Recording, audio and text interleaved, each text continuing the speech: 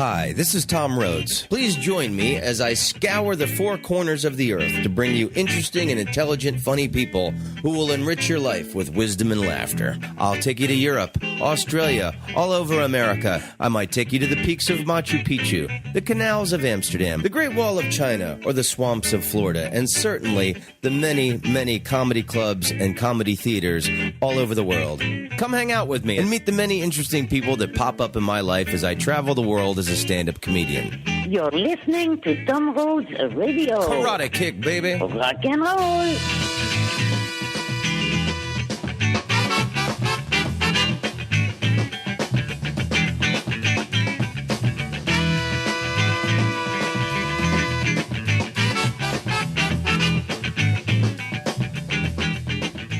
Helicopter sounds in Los Angeles. That's the sound of Los Angeles. Ooh, it's very There it close. is. Police helicopters circling overhead. Who are they looking for? Police, there's trouble in the city. It's the pay inequality of men versus women in Hollywood, and the police are attacking this issue straight on. What do you think? It's a thief around. Or, yeah, someone stole a loaf of bread. Hey, Tom. Hey, Ashna, welcome to Tom Rhodes Radio Smart Camp. Thank you. Or today it's Tom and Ashna Radio Smart Camp. Wow, we're going to, I guess, first of all, should we talk about my magnificent trip to Paris? Oh, yes. Definitely, we should start with that. What is the fucking cop? We are a little bit distracted. We just started and we're thinking about this police helicopter. And we are not going to edit this podcast because we have to leave. We got a dinner date we have to go to, and we didn't want to let one more day go by without releasing a podcast. So I was because Joey Diaz, Tom did Joey Diaz podcast last night late. Yeah, and then Joey gave me a hard time about not putting out a podcast every week. Come on, Tom Rhodes. Come on, Tom Rhodes. You can put out. You got 40 minutes a week. You could sit down. You could make a message. You could do 5 minutes and to apologize. Even if it's a 5-minute episode, apologizing for not putting out an episode. I thought that was interesting. Yeah, hey man, I'm just coming back from Mongolia and I just need to go to the to another business meeting, but this is my podcast, 5 minutes. I love you guys. Yeah, I don't know. I don't think I'd waste a number of a podcast on a 5-minute apology, you know? No, I think you should, and I think you should do a podcast every week. Okay, well, we're going to do that from now on, even if it's a short knowledge nugget story that happened to me, whatever. Exactly. So we are here for you, people. Why don't we talk about my quick trip to Paris, where I was there for 3 days and I played Theatre L'Oeuvre. L'Oeuvre. How do you pronounce it? Oeuvre. So, L'Oeuvre. Theatre L'Oeuvre. Oeuvre, let's hit the... It's work, right? Your work, like a masterpiece. Oeuvre. The works of a painter, composer, or author regarded collectively the complete oeuvre of Mozart. A work of art. Music or literature. That's it. Okay, so it's like a masterpiece, basically. And that's what I just said. And that's where I brought my masterpiece. I played there Monday. Man, this theater, I'm looking at the Wikipedia page for Theatre L'Oeuvre. So this place was built in 1893.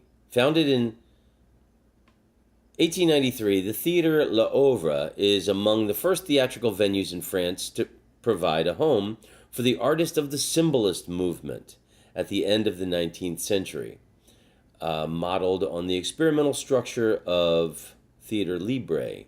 The venue was directed by Lugne Poe, a prominent Parisian actor and stage manager, from its opening through 1929. So yeah, on the front of this theater is a statue of this guy's face. So this theater is so beautiful. And, you know, it looked like a typical Parisian street. And there's like a old kind of tunnel hallway from the street to get to the theater, which probably was an old horse stable 300 years ago or something. But this theater is it had two levels, right? So it seats 338 Wow. people, and I had 240 people there. Damn, in Paris? Yeah, and the balcony was full, and then there's a lower level, and this place was just so stunning. And I'm gonna go back October 15th, and I'm gonna film my next hour special there. So if you're listening to this, and you want to go to Paris, you want to make a trip, now's the time to start planning. The audience were mostly, French speakers, and but it was more like a theater audience. Like they burst out into applause when a joke made a really good point, versus ha ha ha ha laughing their asses off. Yeah, because it's art. I think in Europe, stand-up comedy is considered more of an art form than entertainment. And I think in America, it's more considered entertainment, and then on the second place, a work of art. I think that's a difference, and then people come to the theater and they really respect the artist, the stand-up comedian, and they're very curious what you have to say. What are you going to teach us? What is your personal story? Enlighten us. And I think in America, it's mostly make us laugh Yeah. while I eat my chicken Well, bone. yeah. Well, fortunately, I've got while I eat my chicken wings and flick the bones, right? Yeah. Fortunately, I have a really long history with Paris. My relationship with Natalie when I was in my 20s. The Parisian woman I lived with in San Francisco for 7 years. The first time I went to Paris, I was maced. Some guys tried to mug me. And then I took her mother to the Grand Canyon. And she chain-smoked filterless Gitans, this really strong French cigarette. And she wasn't in the best of health. And she was complaining of chest pains. You go to the Grand Canyon, it's 2 miles straight down. It's easy. Everyone's happy. Donkeys are singing. But then coming back up is 2 miles straight up. And then she's complaining about her chest. And, you don't want to kill the mom. Number one responsibility of a boyfriend is to try not to kill the mother of your girlfriend. Because surely that would come up in every argument you're ever going to have for the rest of your life, Are you listening? Good advice. Oh, you killed my mother. How many times do I have to apologize for that? And then of course the almost drowning in Thailand story. That was probably the highlight of the show. I think that's the most brilliant story that you have. And you have a lot of great stories, but this is my favorite because it has all the elements of a story. It has, jealousy, it has competition, it has love, it has friendship, it has almost dying and rebirth and renaissance. Huh. It's just everything. And that on a far, far away island somewhere in Thailand. It's just a great story. That's great. You never broke it down for me like that. And I definitely, that's one of my best stories. I did an hour and a half, and the stories is what worked the best, They liked the stories better than the jokes. Yeah. And they were riveted and broke out into applause breaks often. So I'm a little nervous about I'm not nervous. I'm very excited about filming my next hour special there. But I think it'll be different than filming it in front of an American audience because they have a respect for theater and they Yes. come from this theater tradition of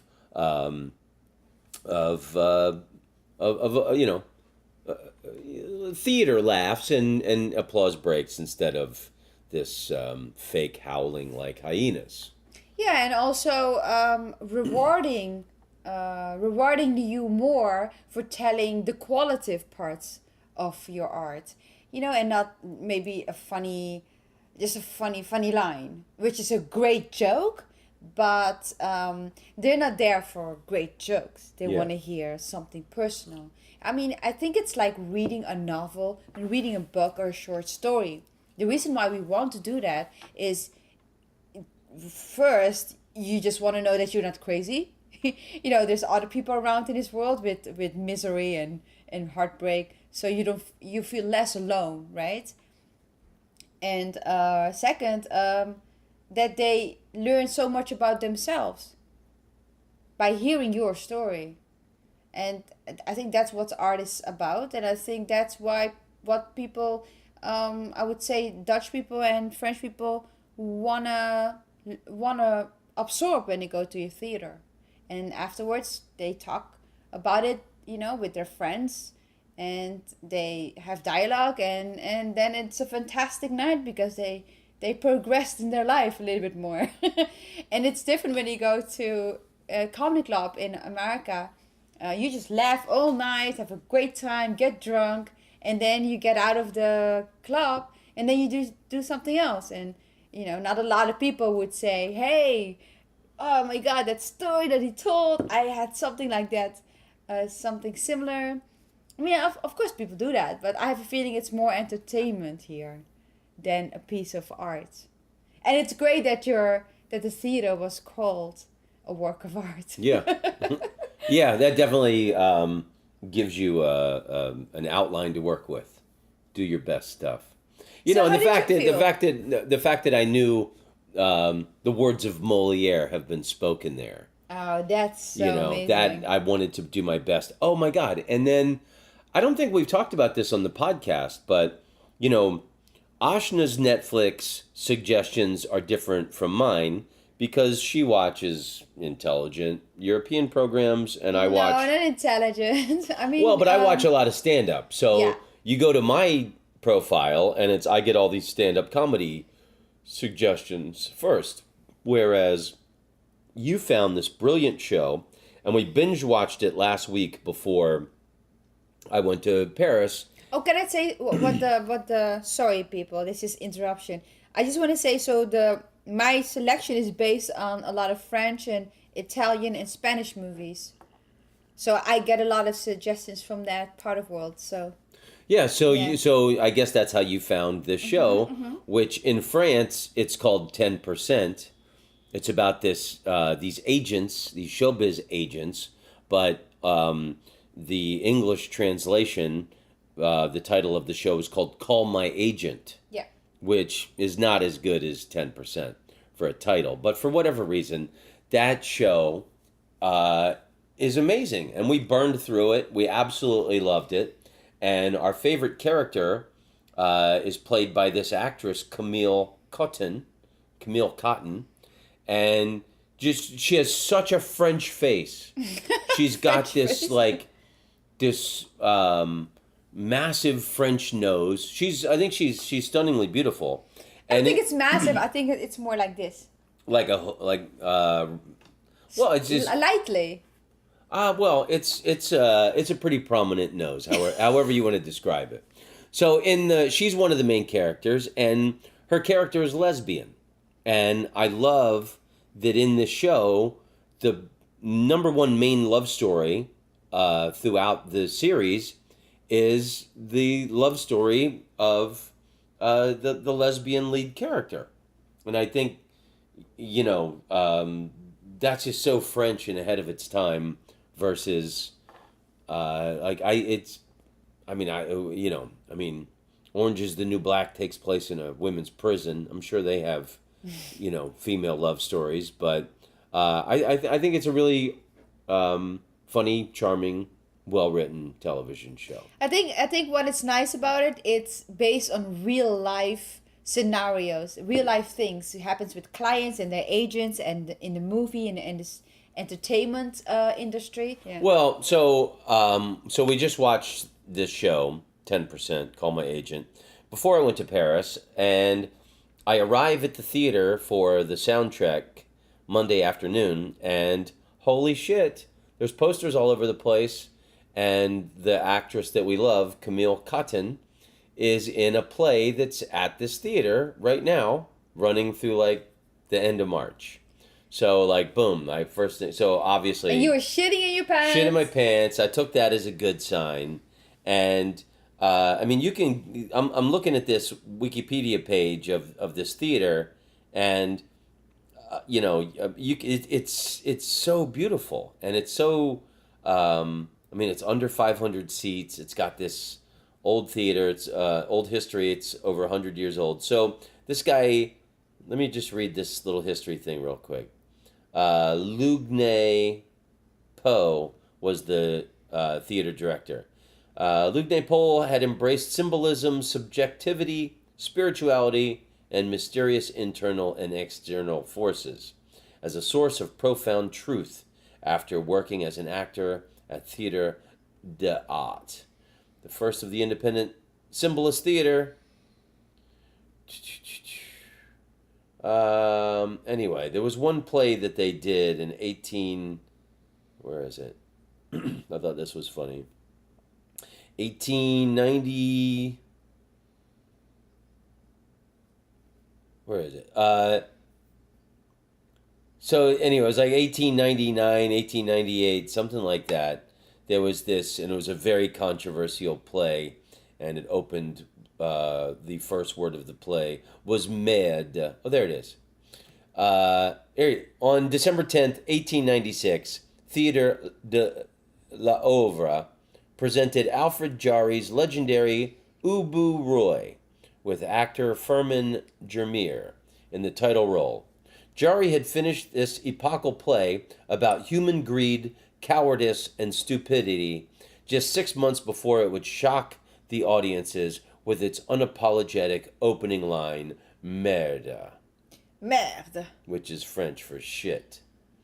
Though Jarry affected an attitude of political indifference, his revolutionary ideas challenged assumptions about society, propriety, and existence. Brockett notes that Ubu Roy shows in all its grotesqueness a world without human decency. So how did you feel playing that theater? Like I was an artist, and that I had very powerful things to say. And my history with Paris, my personal Opinions? about getting maced, and the Your knowledge about Voltaire? that's where I was trying to go to. So it really encouraged me. I talked about Diderot. Diderot said that the world will not be free until the last king is strangled to death by the entrails of the last priest.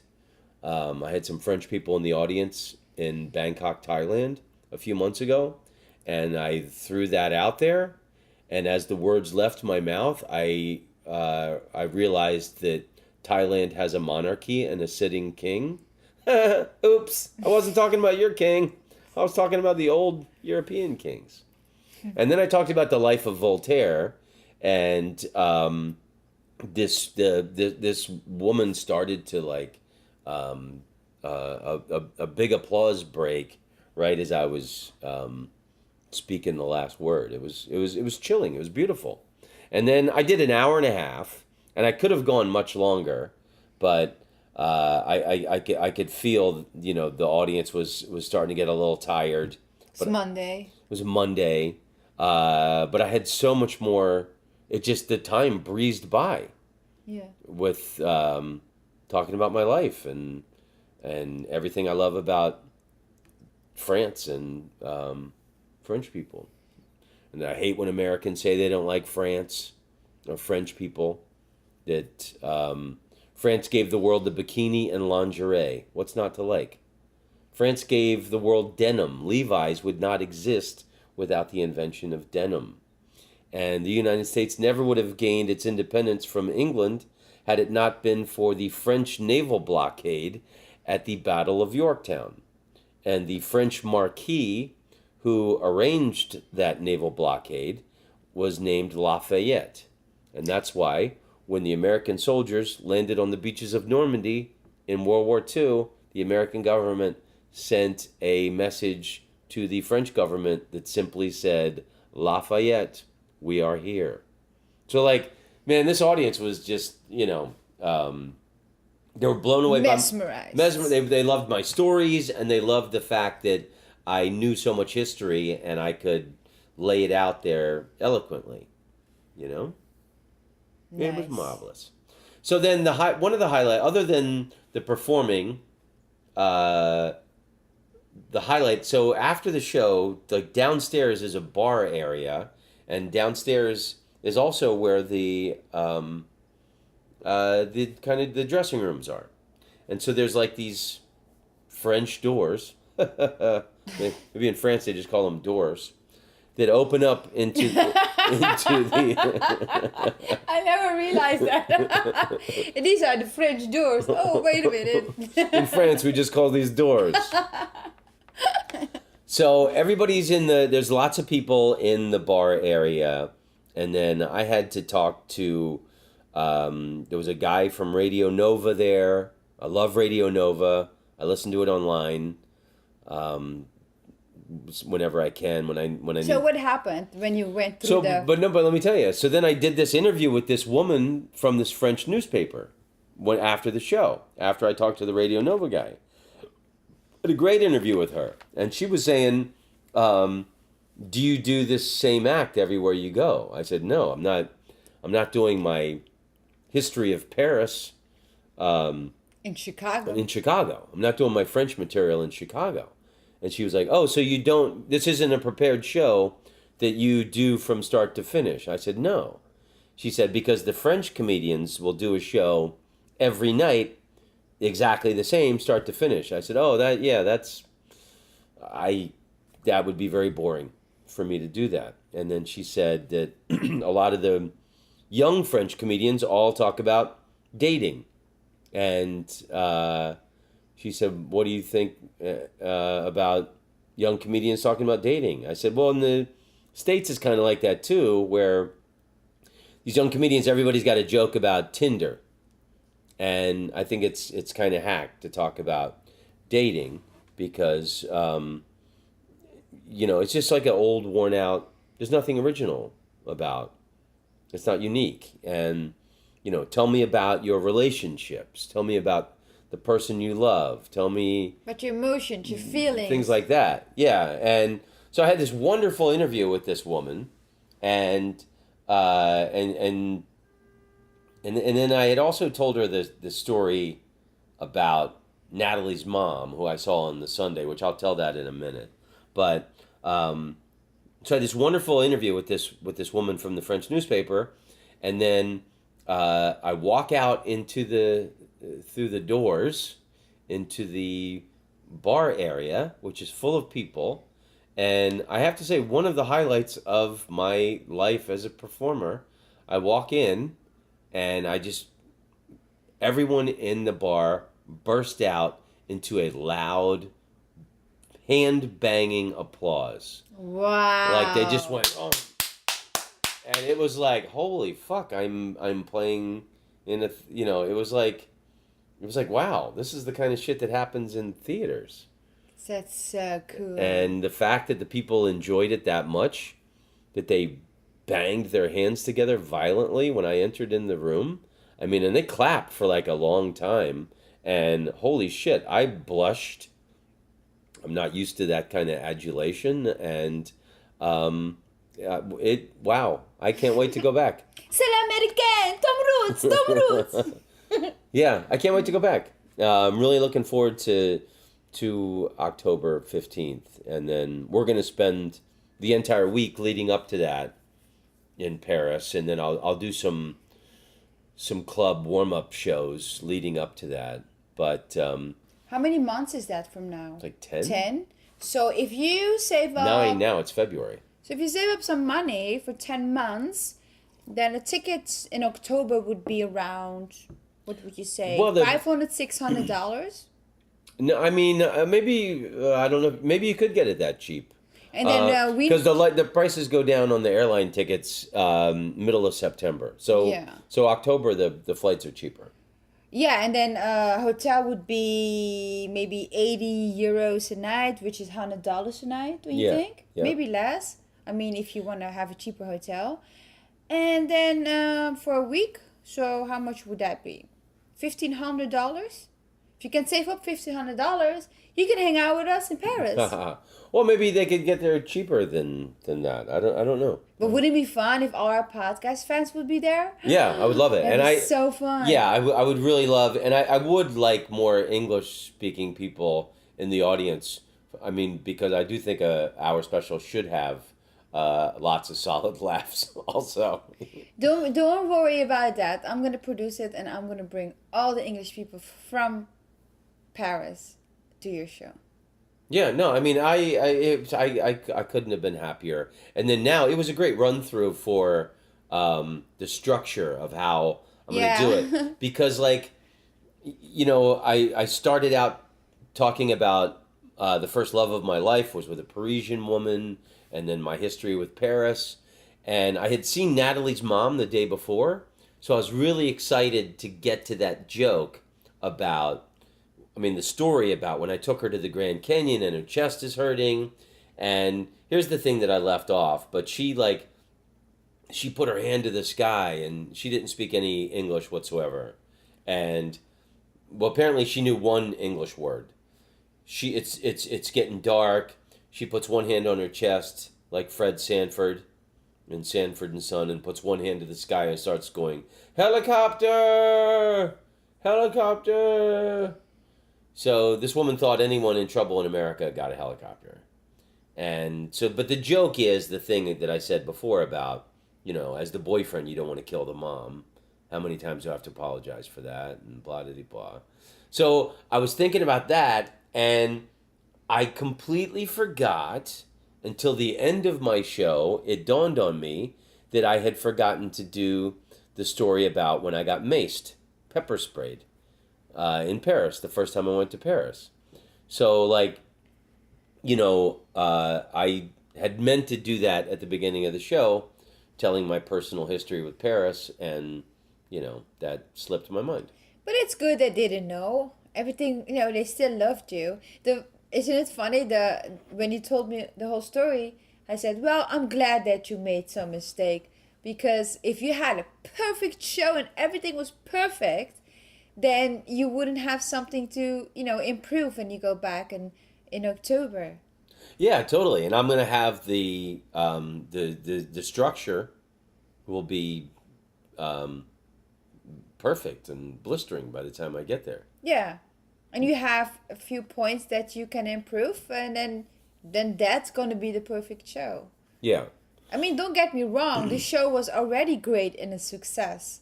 So what I'm trying to say is, it's good that for yourself you had some points for yourself that you think, hey, I could have go slower here, articulate more better there, because it's still Paris.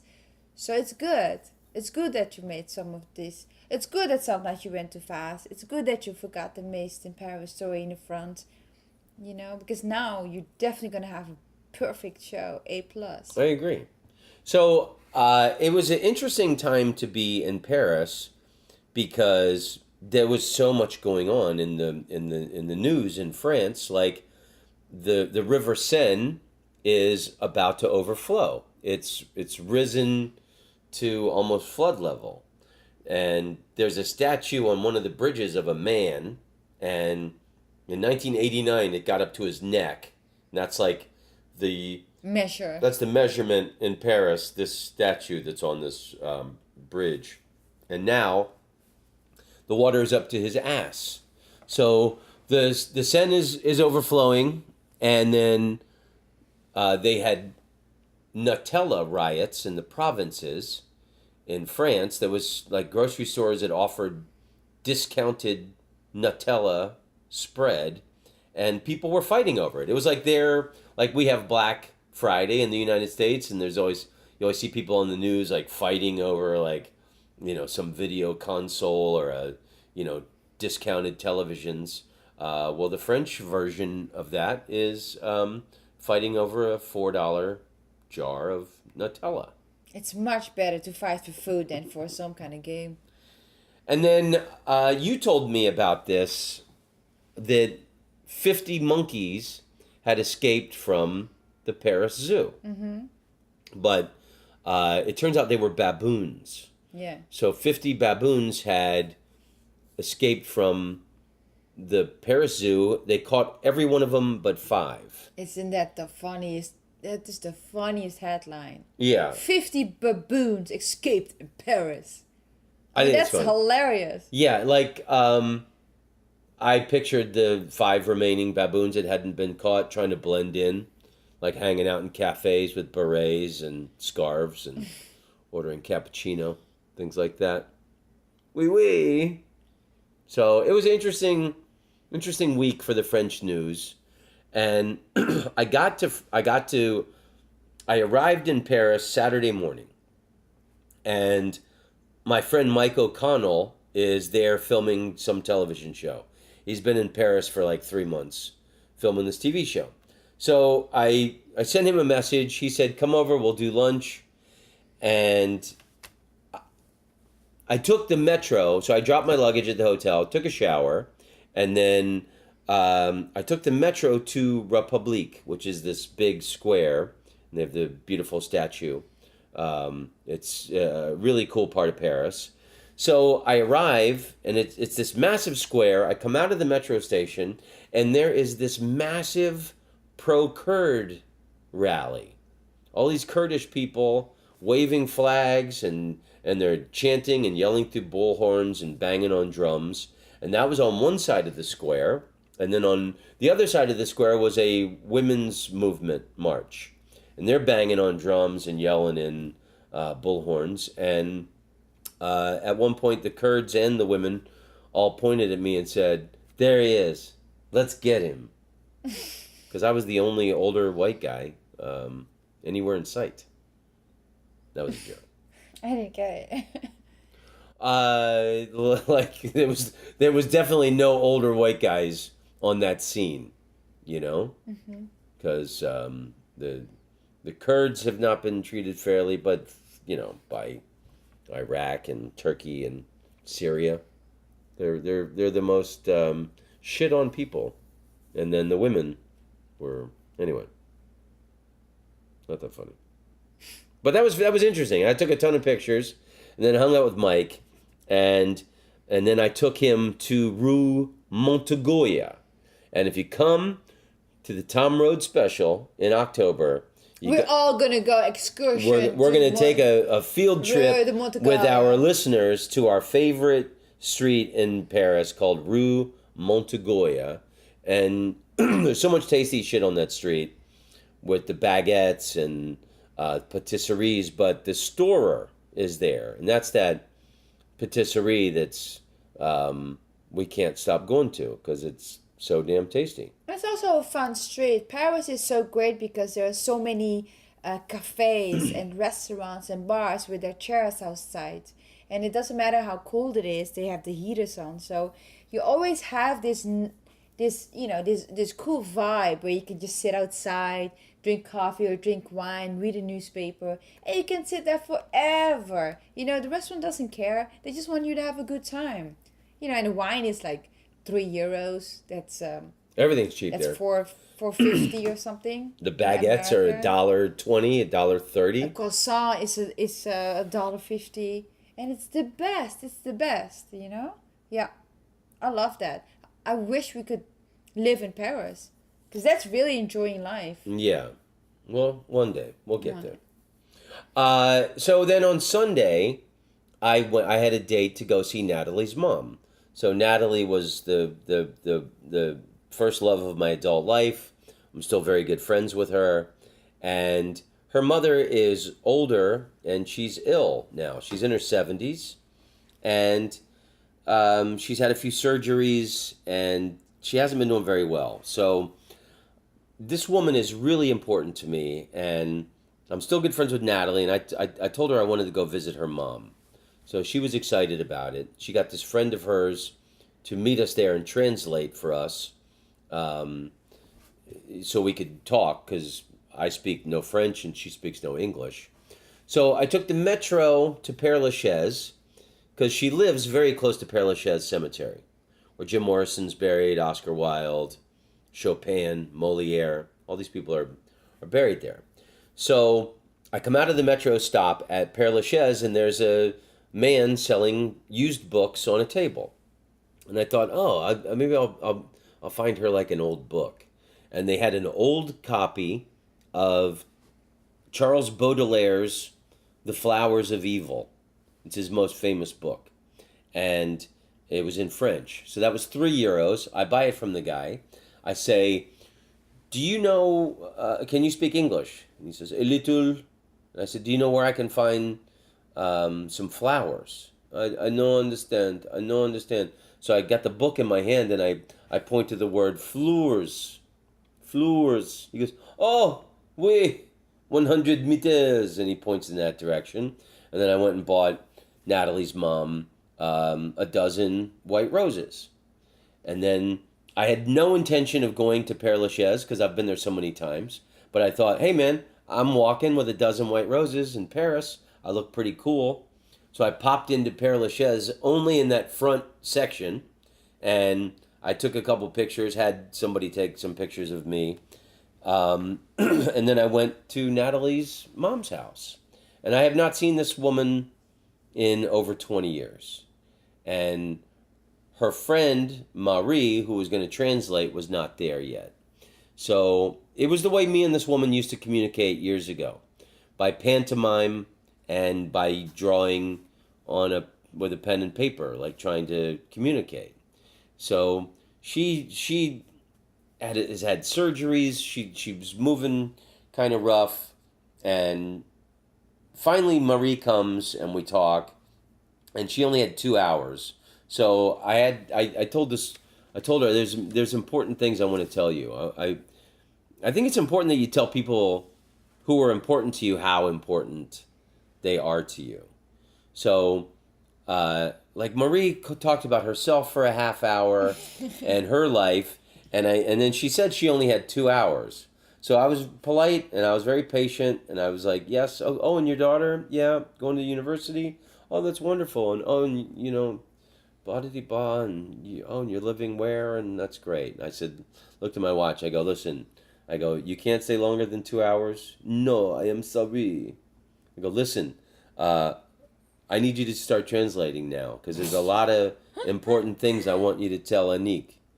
Tell her I want her to know that she's important to me and that I never forgot her and that I love her very much. And then she translates and she says the same about you.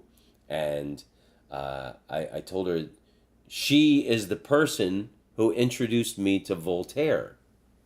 And I love Voltaire. I've become an expert on his life. And Candide is my favorite book. And she made some joke like, I always give people the worst introductions. She said something like that. And then I mentioned to her about the first time I ever came. I don't get it.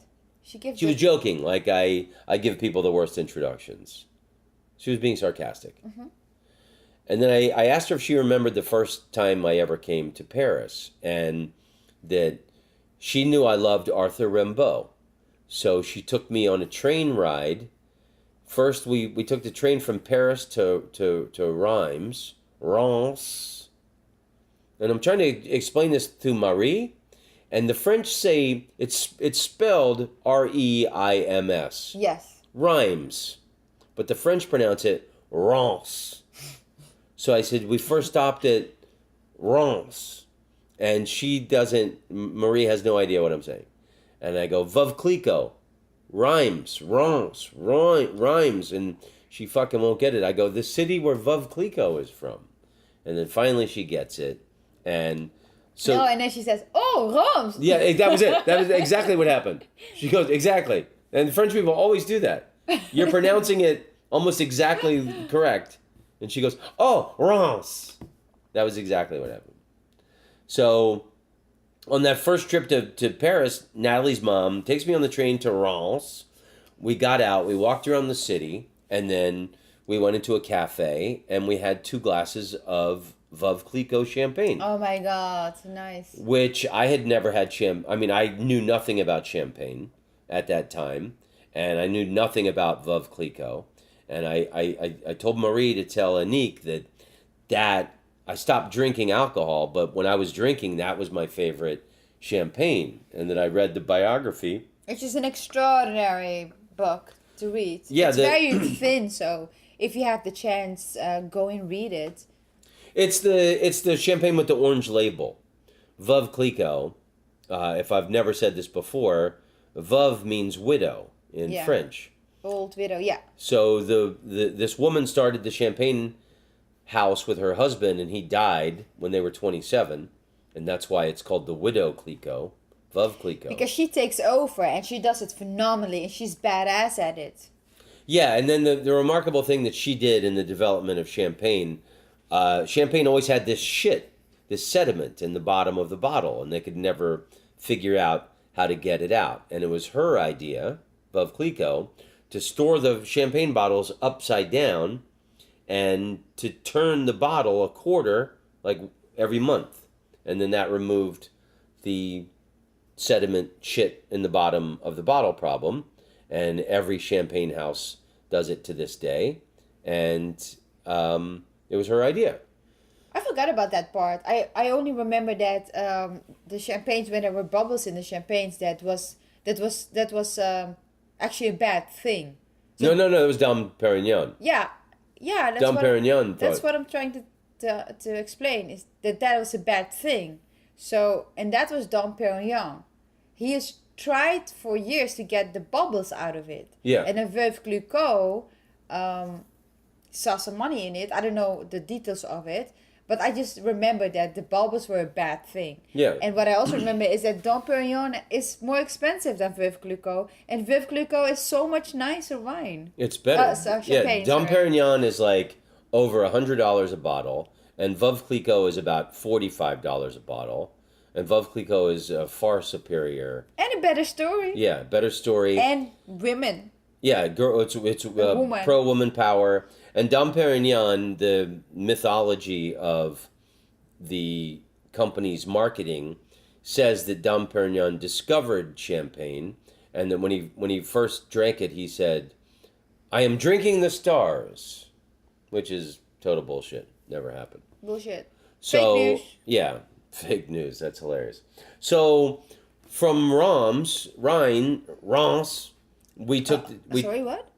Oh, Reims. Reims. We took the train from Reims to Charleville, which is the town where Arthur Rimbaud is from, and we put flowers on Arthur Rimbaud's grave. Nice. And that was so nice that this woman did this for me on my first trip to France. You were 27, 28. No, younger than that, I Oh. think. What was I in? 23. No, 94. So, yeah, I think you're right. 27. So, Oh, that was a good guess, huh? yeah. Because what? So, 97, I turned 30. So, 94, I was 27. Yeah. Wow, look You at me. fucking nailed it. Nailed it. So she said, so it's so special that she did this for me on my first trip. And then she said, oh, yes, we went to the museum also. And I said, yes, the Arthur Rimbaud Museum. It's in an old mill right on the river. So we had this great memory together from December 1994 when I first went to Paris. And it was just so wonderful to see this woman and tell her how important she was to me, because I don't think she's going to be alive for too many more years. I remember you saying that Natalie was complaining to her mom one time on the phone and saying, like, hey, how's everything going? Yeah, when you guys were living in San Francisco and your ex-girlfriend was complaining about you. Like, yeah, and he doesn't clean up and he doesn't do the dishes. And her mom, what's her name, Anique, the woman you just visited in Paris, said, oh, but c'est un artiste. You're an artist. Leave him alone. Leave him alone. When an artist, she said, leave him alone. He's an artist. When an artist is looking out the window, he's not just looking out the window. He's creating art. And you should do the dishes and leave him alone and let him think about his art.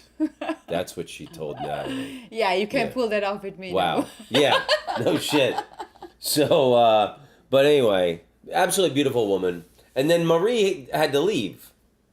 And And then I was left. I stayed for like another hour, and we pantomime communicated, and then I remember I took her to a San Francisco Giants game because I love baseball.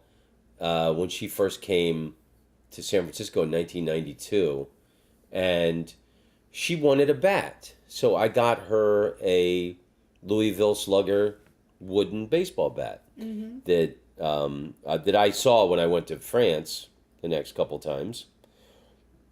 She still has it by her front door to beat up muggers or burglars or whatever. And then also I figured out that, so she was born in 1942. When she first came to San Francisco in 1992, she was 50. And you're 51. So I wrote on the paper, I said, Anique, 1992, San Francisco. And I wrote 50 and I circled it.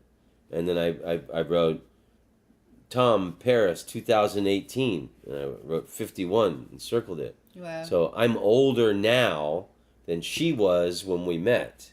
Wow. Which is fucking mind-blowing. I mean, and the thing at Père Lachaise, when you're leaving Père Lachaise, there's this symbol above the gate, and it's an hourglass, like a sand hourglass. Yeah. And there's like these wings on the side of it, Yeah. which symbolizes that time flies. Yeah. And man, time does fly.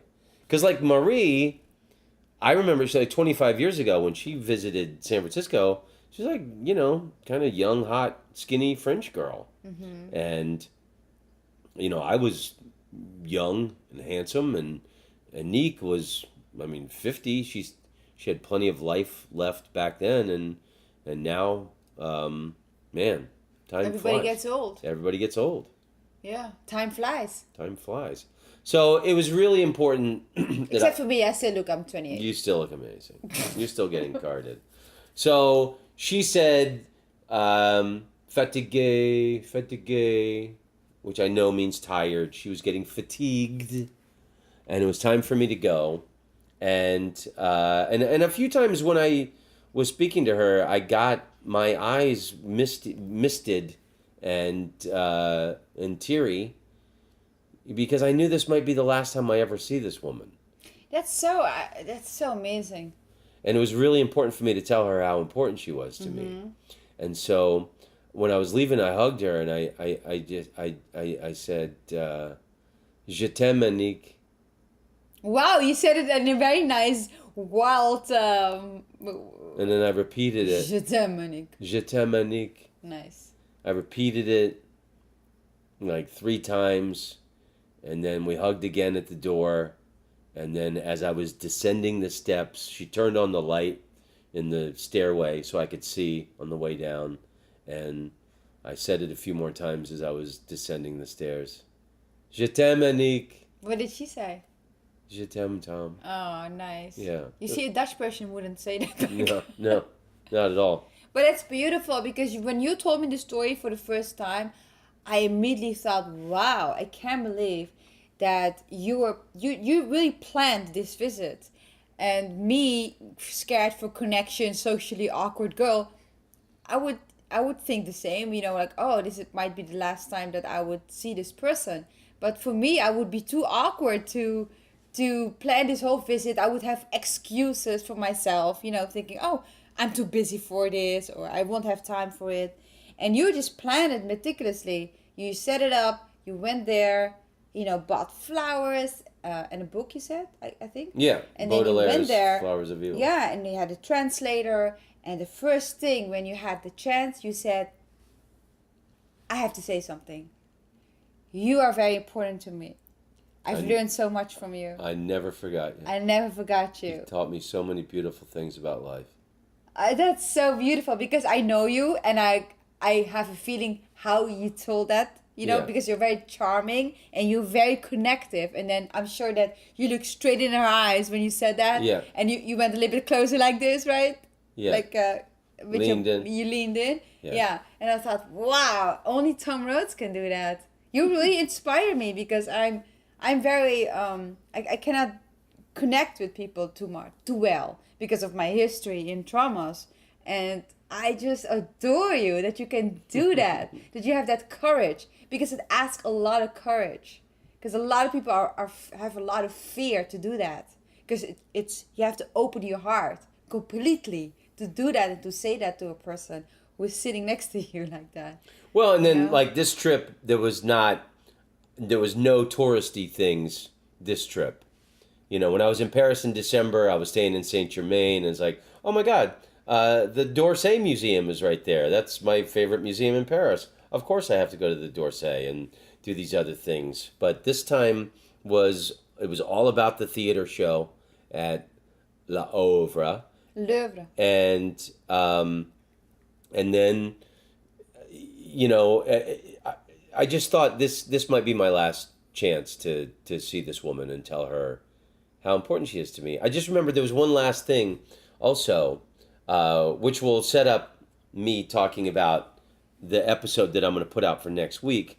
So I finished this amazing book about the French Revolution called Paris in the Terrors.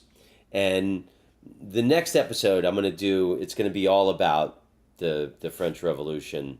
And I can't wait to hear all of that. the story is so incredible.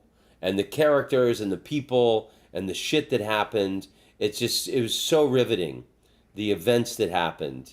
And so as before, when it's time to go, and I put on my coat, and Nick said, I looked elegant. Aw. Elegant. She waved her hand. Yeah. When I put on my coat, and I go, so I showed her I pulled my book out of my backpack, and I go, oh my God, I go, oh, the French Revolution, and she says, Charlotte Corday, and then she made the motion of sticking a knife, and then she holds her chest like she's Marat, and she stuck her tongue out and went, ah, and she went, Charlotte Corday, thrust, hand on the chest, ah. Oh, that's so funny. And we both fucking laughed, had this great laugh over the assassination of Marat, and then we... Oh, Charlotte Corday is that woman who killed Is the him. woman who Yeah, killed I Marat. forgot- Yeah. I thought, what is that familiar name? Yeah. You talked about it a few episodes back, yeah. Yeah. That's so funny. That's so great. Yeah, so we had that nice little chuckle over the French Revolution, and she said, the revolution was human evolution. Oh, wow. I think that's what she said. It was in French. Don't spoil it. That's what she Yeah. said. No, that's what Anik said. Oh, okay. Yeah, when we were talking about it and saying goodbye. So, That's great. What a great story. yeah, and then I want to say that I walked around Paris, and to get pumped up for my show, I listened to the John Spencer Blues Explosion, the album Orange, and I haven't heard the album in years, and I brought my cassette Sony Walkman, and because I have the album on cassette, and I'm going to end this episode with this song that helped me get pumped up for this episode, or for my show at Theater La Ouvre, and is there anything else? And then the other thing. So that night I felt so good. I walked around Paris, and then I had to go back to that theater and just look at the facade because it's so beautiful. And then when in the morning when all the shops were opening, I bought 4 baguettes, cut them in half, put them in massive Ziploc bags, and brought my smoochie some fresh baguettes from Paris. Yay, and they were delicious. You might think, oh, but it's not fresh anymore. Well, I got a trick. Just put it under water and then put it in the oven. So you just baste it with water, right? Yeah. Yeah, and don't be afraid to get it wet, you know. Just don't sprinkle, but just put, Like really make it wet. not really make it wet, like in between, you know. Okay, between a sprinkle and soak. Did you say base it? What's it? Based? Or just wet it, yeah, but not Based, like when you like put on like with a with an With egg, the brush. like an egg wash, yeah, Yeah. maybe like that, yeah. maybe let's say 3 seconds under streaming water, the whole baguette, and then you put it in the oven, and it's gonna bake again. It's gonna rebake your bread. So it was like fresh out of the oven from Paris, from the store in Montegoya. So it was delicious. Thank you. Yeah, and I love that my European wife knows tricks like that, how to revive a Bread. Yeah. baguette from Paris. So we still have 3 of them in the freezer now. Oh, yummy. Yummy. Little Paris and Los Angeles. Great. So make your plans for October 15th. It's a Monday And we'll see you there. in Gay Paris. And do you have anything to add? No, I Before- wanted to say about the baguette, but you already said it. Okay. Nice. Oh, and then that amazing chocolate I found in Switzerland, the Lindt creme brulee flavor. I found that in a store and brought those home too. Yeah, and then you ate a lot of chocolate, and then you got sick today. Yeah, I wasn't going to mention that, but yeah. Yeah. I ate so much chocolate last night, I got a tummy ache. It's like when I was fucking 8. I ate too You much. were like a little kid. And- Oh, I ate too much chocolate. Yeah. But you had fun at the Joey Diaz podcast, which is also on the internet. If you guys are curious about it, go there and see that conversation. As for this one, I noticed we have a lot of new fans, and I just want to say, hey, welcome. Welcome, yeah, and thank you to everybody who gives money to our podcast through the Patreon website. I know that we mention the Golden Buddhas all the time, but I also want to pay tribute to the people who give lesser amounts of money, because we also really greatly appreciate that. There's like loads of people that give like $1 every month. Yeah. Loads of people that give $5 every month. 15. 15, and I know we always mention how much we love the people who give the most money, but also we want to thank everybody who gives anything, and you know, I'm glad I did Joey Diaz's podcast last night, and he gave me shit for not putting out an episode once in a while, and you know, he said, you know, there's people counting on you every week to know what's going on with you. Yeah, but that's true. And I always say, Tom, we should do a podcast. You should do a podcast. And one reason is why we do it together is to motivate you to do it and get one out. Because it's very difficult just to sit there and just record your own thoughts, you know. But if you do it together, it's easier because then you can have a conversation, right? Definitely. Yeah, but I have to tell you that you have a much busier life than most podcasters, because they stay in LA. They stay in LA. They got most their of the little time. studio. Yeah. And you're right. And we're on the move all the time. And when you're in town, we have to catch up with all the work. So it's kind of I call it like a vicious, Circle. Vicious yeah. circle, Cycle. yeah. But we want to really do this. I really want to have every Tuesday recording. So we're gonna go for it. Definitely. And then next week is going to be About Paris and next week Paris. is going to be a very big episode. That I'm going to start making notes on it tonight after we get back from dinner, and that's going to be the epic French Revolution episode. If you remember the Voltaire episode I did, the one on Genghis Khan, the one on Charlie Chaplin, it's going to be that kind of you know, big story from a book that I love, and very valuable information that's going to blow your fucking minds. I'm so looking forward to it. And for our new fans, I want to say thank you for coming and listening, or coming, for listening to our podcast. And if you haven't heard it yet, you can go to patreon.com, Tom Rhodes or / / Tom Rhodes Radio Smart Cam. And you can get some goodies if you're interested. It would be great because then we know your name, we know your email address, and we're gonna start loving you, which is even better.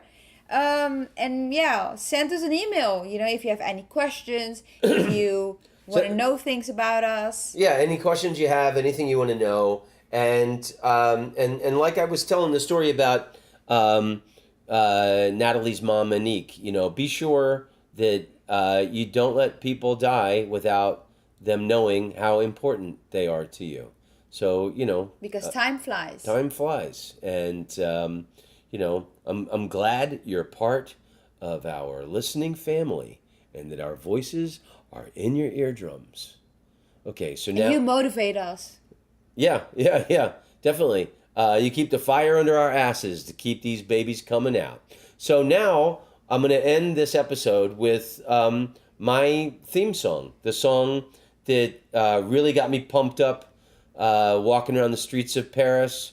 I listened to this whole album on the Paris Metro and kind of dancing to myself on the platforms. And this is the one tune that I kept listening to over and over to get pumped up for the show. And then after that show, Monday night, I felt so good just walking around Paris. I listened to it over and over. This is the John Spencer Blues Explosion, and the name of the song is called Greyhound.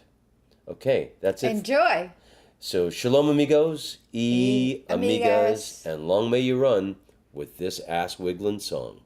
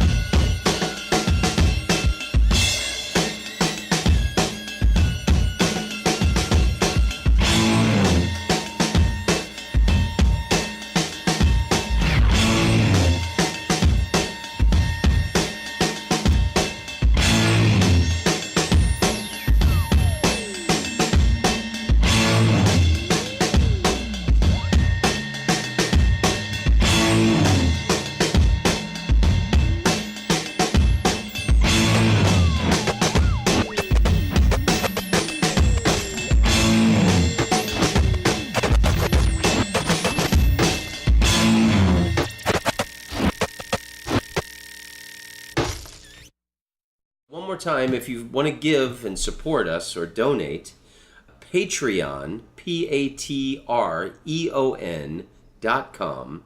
patreon.com/Tom Rhodes Radio Smart Camp. And if you want to enrich your life with wisdom and laughter, you can buy my brand new album, All Hail Laughter, on iTunes and Amazon. It's a double album, and it will certainly enrich your life with laughter. Enjoy.